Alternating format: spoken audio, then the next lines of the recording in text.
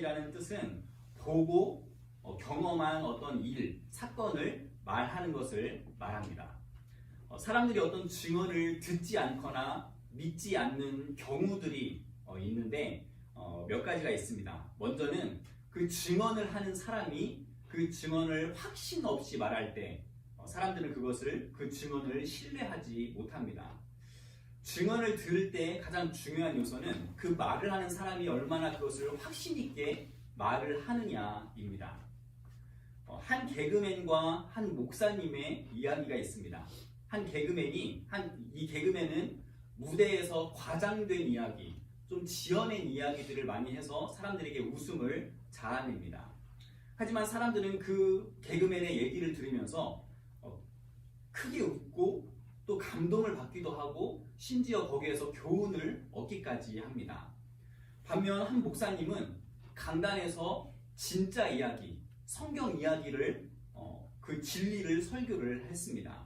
그런데 사람들은 그 설교에 무관심했고 별로 감동도 받지 않았습니다. 그 목사님이 개그맨에게 물었습니다. 당신은 지어낸 이야기를 그렇게 말하고 나는 실제 있었던 진짜 이야기를 이렇게 말하는데 왜 사람들은 당신의 이야기를 더 많이 듣습니까? 그러자 개그맨이 나는 가짜를 진짜처럼 말하는데 당신은 진짜를 가짜처럼 말하니까 사람들은 내 말을 더 듣습니다 라고 말을 하더랍니다. 이렇게 증언하는 것에 확신이 없으면 그 증언에는 힘이 없습니다. 두 번째는 증언하는 사람이 누구냐, 어떤 사람이냐에 따라서 그 증언을 믿고 안 믿고가 달라지기도 합니다. 사람들은 증언 그 자체뿐만 아니라 그 증언을 하는 사람이 누구인지도 중요하게 여깁니다. 내부자들이라는 영화에 이런 장면이 나옵니다. 거기에서 이병헌과 조승우가 나오는데 이병헌은 밑바닥 그 인생을 사는 깡패고 조승우는 대한민국 검사입니다. 영화 속에서 대한민국의 정치, 경제, 언론의 거물들이 손을 잡고 이 사람들이 비리를 저지르는데 한때 그들과 같이 일했던 이 깡패 이병헌이 그들의 비리를 폭로할 증거를 가지고 있습니다. 그래서 기자들을 불러서 그 비리를 폭로를 합니다. 그런데 그 거물들에게 역으로 공격을 당해서 사람들은 그 거물들의 말을 더 믿었습니다. 이병헌은 깡패였기 때문에 사람들은 그의 증언을 믿지 않았습니다. 그 이병헌은 비리도 알고 있고 증거도 있었지만 그는 과거에 나쁜 짓을 했었던 깡패였기 때문에 그의 증언은 신뢰를 얻지 못했습니다. 그러자 검사 조승우가 나섭니다. 그는 그 거물급들의 내부자가 돼서 거기에서 대검찰청까지 승진도 하고 그런 과정에서 증거도 확보를 합니다. 그리고 나중에 기자회견을 열어서 그 비리를 폭로를 합니다. 사람들은 그제서야 그 대검찰청 검사가 말하는 그 증언들을 믿었습니다. 같은 증거였지만 깡패가 했을 때와 검사가 했을 때의 반응은 달랐습니다. 사람들이 이렇게 증언의 내용뿐만 아니라 그 증언을 하는 사람이 누구인지 어떤 사람인지도 중요하게 여깁니다. 증언하는 사람이 신뢰를 받지 못한다면 그 증언도 힘을 잃게 됩니다. 세 번째로 사람들은 잘못된 증언, 거짓된 증언은 당연히 그것은 믿지 않습니다. 설령 그 증언을 하는 사람이 그 증언을 자신은 진짜라고 생각을 하고 증언을 한다 할지라도 그 증언이 사실이 아니라면 그 증언은 거짓입니다. 오늘날 세상에는 많은 거짓 증언들이 있습니다. 특히 정치, 연예계에서는 가짜 뉴스가 판을 칩니다. 유튜브는 조회수를 올리기 위해서 제목을 아주 자극적으로 잡습니다. 결국에 슬픈 소식이 전해졌다. 땡땡땡 누구누구 이름을 딱 대면서 정치 생명이 끝날 확실한 증거가 나왔다. 이런 식의 엄청 자극적인 어떤 제목을 달기도 합니다. 이런 시대에 저 증언은 좀 잘못된 거다, 저 증언은 거짓말이다 라는 인식이 한번 박혀버리면 사람들은 거의 더 이상 그 증언을 듣지 않게 됩니다. 마지막으로 어떤 증거가 없는 증언도 힘이 없습니다.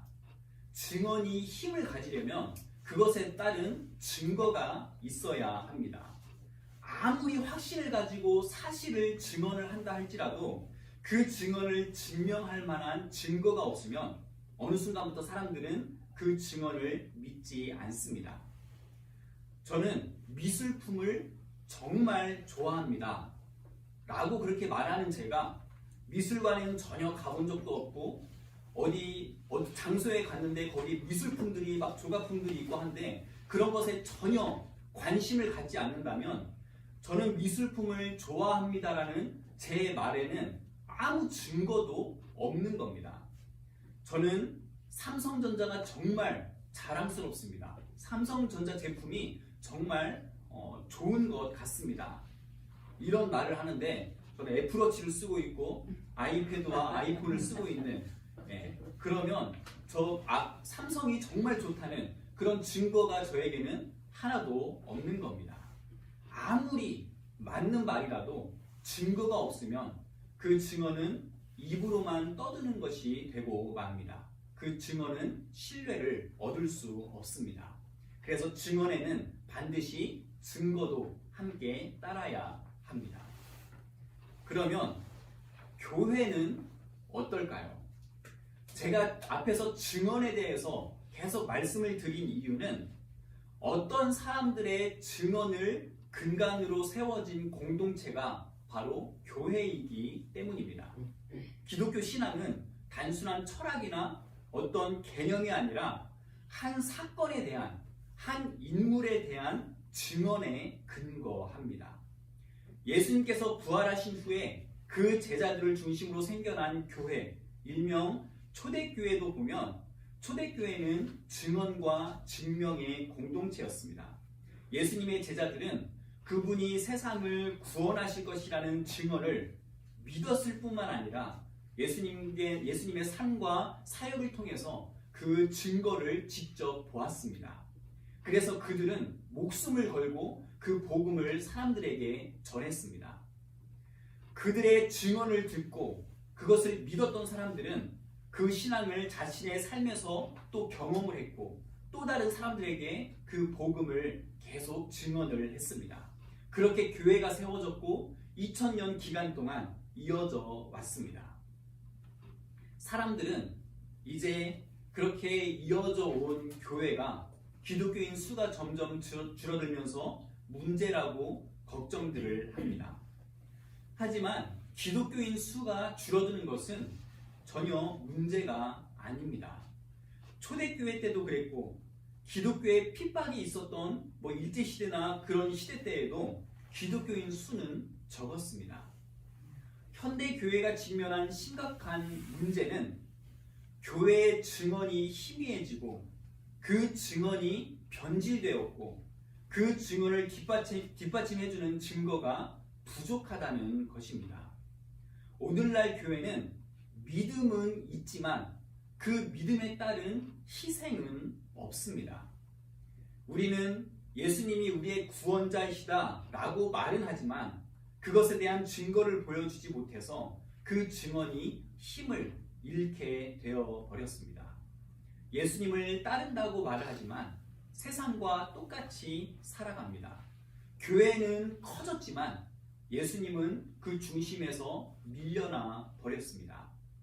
우리가 예수님이 나의 생명이다 라고 말하면서도 세상 가치관대로 살고 예수님보다 돈과 성공을 더 중요하게 여기고 희생과 섬김보다 자기의 유익을 더 구하고 예수님의 사랑, 나에게 베풀어 주신 그 하나님의 은혜, 그런 것들을 말하면서도 다른 사람에게 절대 내가 지지 않는, 정치 반대 성향에게는 내가 어떤 욕도 서슴지 않는 그런 증언과 반대되는 우리의 모습을 보면서 사람들은 교회의 증언을 듣지도 않고 이제는 신뢰하지도 않게 된 것입니다. 이것이 교세가 약해지고 정치로 교회가 분열되는 그런 문제들보다 현대 교회가 가지고 있는 더 심각한 문제입니다. 사도 요한은 오늘 우리가 읽은 말씀을 통해서 세례 요한의 입을 통해서 교회가 회복해야 할 증언이 무엇인지, 사도들이 죽음으로 증명을 하려고 했던 그 증언이 무엇인지 강력하게 말해주고 있습니다. 그것은 보라, 세상 죄를 지고 가는 하나님의 어린 양이로다. 이 증언입니다. 세례 요한은 예수님과 친척 관계였지만 예수님이 메시아인지는 몰랐습니다. 누가 메시아인지 세례 요한은 몰랐습니다. 다만 세례 요한이 알고 있었던 것은 하나님께서 세례 요한에게 계시를 주셔서 성령이 임하는 자가 메시아다라는 것만 알고 있었는데, 본인이 예수님께 세례를 줄 때, 세례를 베풀 때 성령이 내려오시는 것을 보았습니다. 그것을 보면서 이 예수가 메시아구나 라는 확신을 했습니다. 그래서 예수님을 보고 보라, 세상 죄를 지고 가는 하나님의 어린 양이로다, 세례 요한이 증언을 했습니다. 세례 요한의 이 증언은 강력했습니다.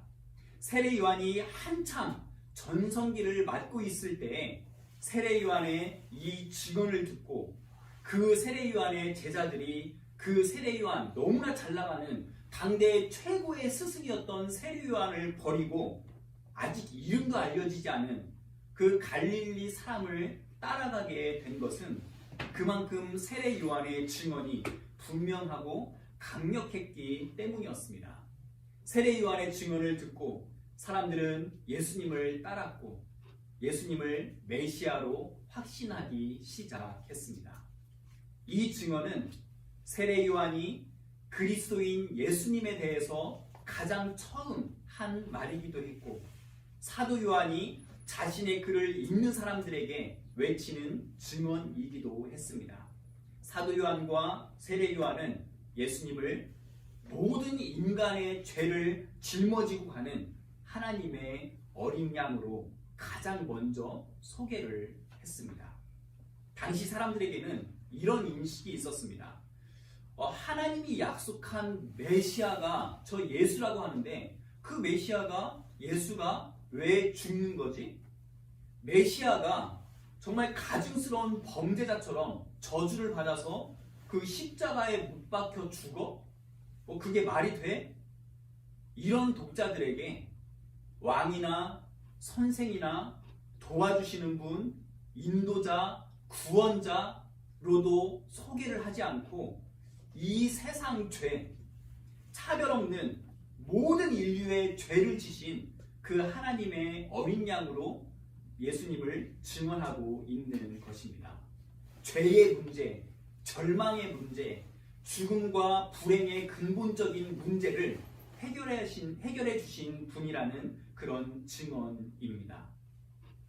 그런데 이 증언이 교회에서 점점 희미해지고, 오늘날 교회에서 오랫동안 우리가 증언하고 교회에서 오랫동안 들려온 그 증언은 보라, 화려한 교회다. 보라, 우리 목사님이다. 보라, 성공과 성장이다. 보라, 정치다. 이런 증언들로 사람들을 교회로 끌어들였습니다. 그렇게 성장에 집중하면서 교회는 그 복음의 본질을 잊어버리게 되었습니다. 예수님을 믿으면 좋은 삶을 살 수 있다는 메시지는 있지만 왜 예수여야 하는지 선명한 증언이 빠져버렸습니다. 예수 이름을 말하고 예수 믿으면 행복해진다고 말하지만 그분이 세상 죄를 지고 가는 하나님의 어린 양이라는 그 사실을 온전히 전하지는 않았습니다. 우리의 대화의 대부분이 무엇이었는지 한번 잘 생각해 보시기 바랍니다. 모이면 부정적인 거, 잘못된 것, 다른 사람을 헐뜯는 것에 바빴습니다. 예수님이 나의 주인이고 나의 생명입니다. 이 증언을 언제 해보셨습니까? 누구에게 해보셨습니까? 교회가 이 증언을 잃어버렸습니다. 무감각해져 버렸습니다. 그래서 이 증언을 해야 된다. 이 증언을 증명해야 된다. 그런 부담도 느끼지 않게 되었습니다. 복음은 단순한 도덕적인 가르침도 아니고 사회적인 운동도 아니고 정치적인 투쟁도 아닙니다. 그런데 교회가 이 예수 그리스도에 대한 증언을 잃어버리고 그 증언을 확신 없이 말하고 그 증언에 다른 것들을 끼워 넣으면서 이것을 모호하게 만들어 버렸습니다. 교회에서 하는 달콤한 증언들이 너무나 힘이 되고 듣기가 좋아서 사람들은 다 교회로 몰려들었다가 예수님을 믿어도 삶이 더 나아지지 않는 그런 현실을 보면서 또 예수님을 믿어도 가정이 힘들어지는 그런 현실들을 보면서 예수님을 믿어도 되는 일이 하나 없는 그런 현실들을 보면서 교회의 증언이 증거가 없는 비현실적이라는 것을 깨닫게 되었습니다. 그리고 사람들은 복음의 회의를 느끼며 조금씩 교회와 멀어지게 되었습니다. 교회는 지금도 여전히 복음을 말하고 있습니다. 하지만 은혜, 사랑, 복 이런 좋은 것들을 말하고 현대인들이 불편해할 수 있는 죄, 죽음 그런 거에 대해서는 말하기를 꺼려하고 있습니다. 하지만 주님의 은혜를 은혜되게 하고 주님의 사랑에 감격할 수 있게 하는 것은 바로 죄입니다. 우리에게 죄가 있기 때문에 우리가 용서받을 수 없는 죄인이기 때문에 그 죄의 심각성 때문에 그래서 은혜와 사랑이 몸서리 쳐질 만큼 감격스러울 수 있는 것입니다. 그래서 세례 요한의 증언도 사도 요한의 증언도 초대교회의 증언도 모두 이것이었습니다. 보라, 세상 죄를 지고 가는 하나님의 어린 양이로다. 오늘날 교회가 회복해야 할 것은 바로 이 증언입니다. 저는 그런 의미에서 지난주일에 있었던 우리가 예산을 정하는 우리의 모습이 정말 너무나 감사했습니다.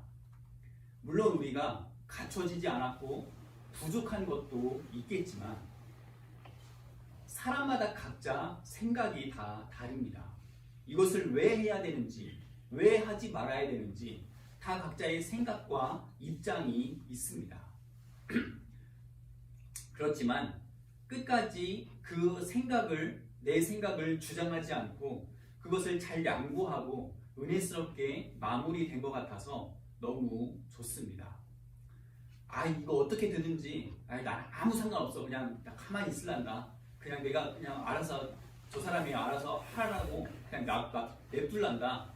이런 생각으로 그렇게 한 분은 그렇게 무관심으로 한 분은 없으시잖아요. 그렇죠? 네. 모두 다 하나님 교회니까 교회니까 하나님 나라를 위해서 그렇게 하신 거잖아요. 양보하고 용납하는 것, 우리가 앞으로 만들어갈 이런 모습들이 복음의 증언, 이것을 회복하는 것이라고 저는 확신합니다. 이런 것들을 하나씩 만들어가고 회복하는 일에 함께할 수 있어서 너무 감사합니다. 교회에서 중요한 것은 교회를 성장시키는 것이 아니라 예수님을 증언하는 것입니다. 교회의 중심은 목사나 교회 조직, 직분 이런 것들이 아니라 예수님이 중심이 되어야 합니다. 교회는 예수님을 증거하는 삶을 우리가 어떻게 살아내고 있는지 자주 점검해야 합니다. 교회는 우리가 지금 어디에 관심을 두고 있는지 항상 돌아봐야 합니다. 우리가 꿈꾸는 좋은 교회는 그렇게 우리 한 사람 한 사람으로 인해서 세워져 가는 것입니다. 이제 현대교회는 더 이상 옛날의 화려한 영광을 되찾게 해달라고 기도할 것이 아니라 예수 그리스도가 우리의 주님이심을 다시 우리가 증언할 수 있게 해달라고 그렇게 기도해야 합니다. 말씀을 마치겠습니다. 세례 요한이 했던 이 본질적인 증언, 보라, 세상 죄를 지고 가는 하나님의 어린 양이로다. 이 증언이 다시 살아나지 않으면 교회는 아무리 커져도, 프로그램이 많아도, 교회가 정치적으로 사회적으로 큰 영향력을 가져도 교회는 본질을 잃게 됩니다. 우리 삶과 우리 대학로교회에서 이 증언이 회복되기를 바라고, 말뿐인 증언이 아니라 우리의 희생과 우리의 섬김으로 그 증언을 증명할 수 있기를 바랍니다. 세상은 그런 우리의 모습을 통해서 예수님을 발견할 수 있을 것이고, 우리 대학로교회를 통해서 교회의 희망을 보게 될 것입니다. 보라, 세상 죄를 쥐고 가는 하나님의 어린 양이로다. 이렇게 증언하는 우리 대학로교회 모든 성도님들 되시기를 간절히